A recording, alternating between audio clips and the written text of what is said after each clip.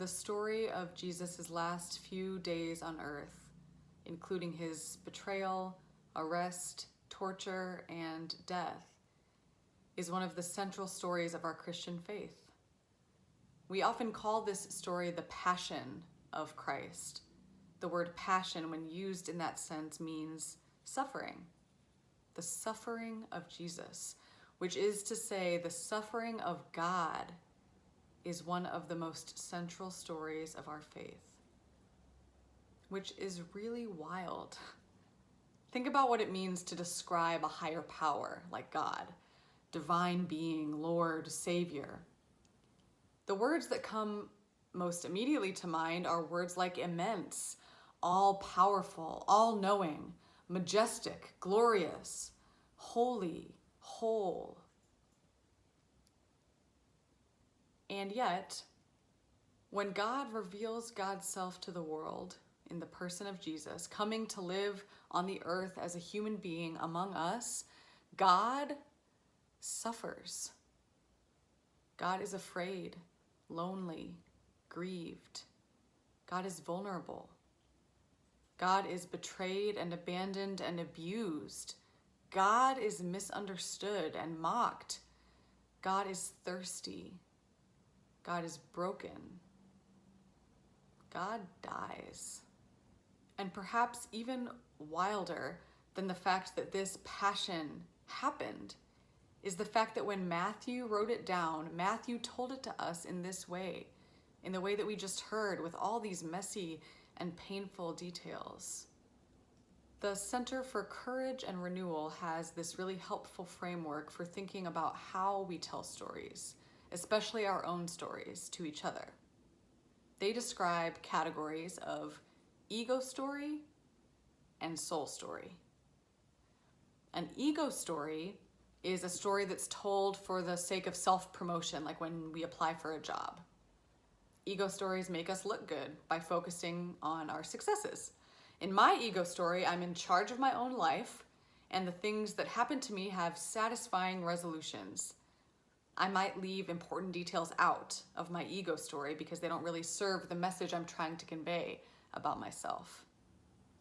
We all tell ego stories all the time, every day, often using numbers like grade point average, or how many hours I worked this week, or how much I spent on that car.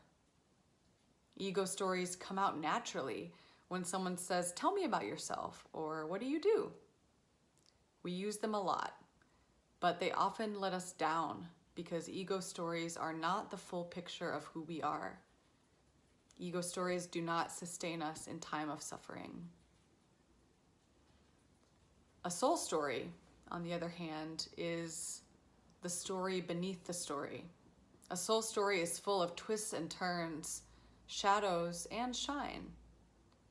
A soul story might include a messy mix of change, fear, loss, failure, and shame, along with joy, passion, and ecstasy.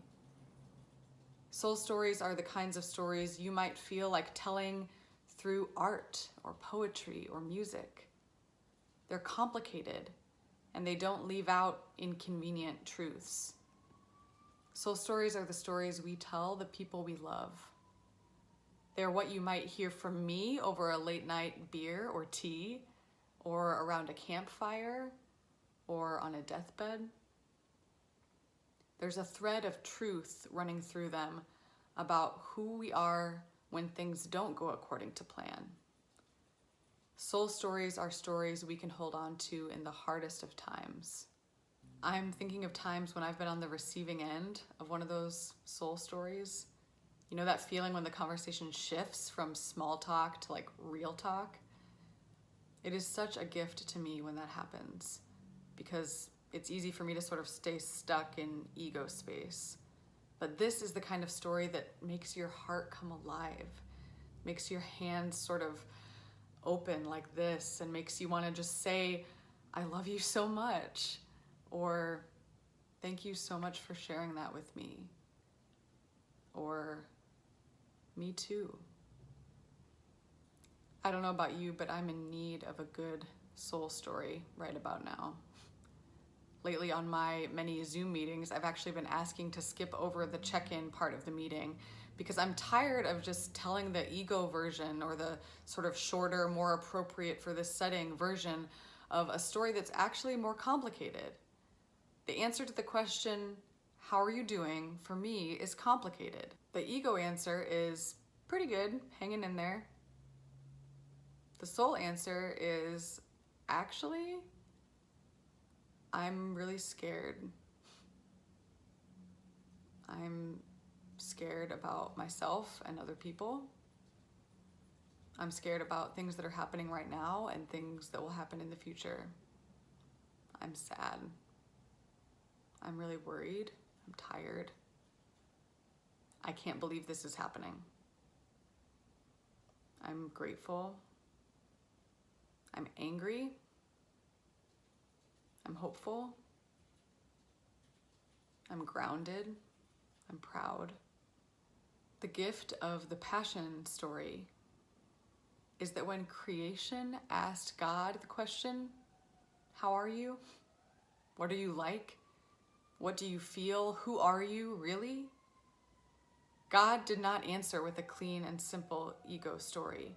God showed us God's soul story in Jesus. God showed us the scandal and the struggle, the long journey, the drama in relationships that had seemed faithful, the beautiful moments of love as a meal is shared between friends, the pain of living in a world that is broken, the anger at the systems that do us violence or compel us to do violence to others, the way it feels when the ground seems to be shaking underneath your feet, the steady love of the women who do not abandon us when things get tough, the strangers who show up to help, the finality of a sealed tomb. This is the story that God tells us about who God is. And this is a story that we can hold on to in the hardest of times. This is the story that God tells you so that you know you aren't alone when your life is messy and complicated. You who are lonely or forgotten. You who are let down by your friends. You who want to stay inside to stay safe, but home is not a safe place to be. You who are depressed or anxious or relapsing or despairing. You who are in jail. You who are grieving. You who have to show up to work every day even though you're afraid. You who are unemployed. You who fear dying alone. You who feel powerless. Your story, your soul story, is not too complicated here. You are not too messy or too much or too broken for God. You don't have to give the appropriate for church answer. You don't have to figure out the polished version or the less shameful version, because our stories, our soul stories, belong to the God of the universe. And when God hears them, when God knows the truth about you, God's heart comes alive and God's arms open. God hears your story, and God says to you today, in the mystery of the Passion, God says, me too. Thank you so much for sharing that with me. I love you so much.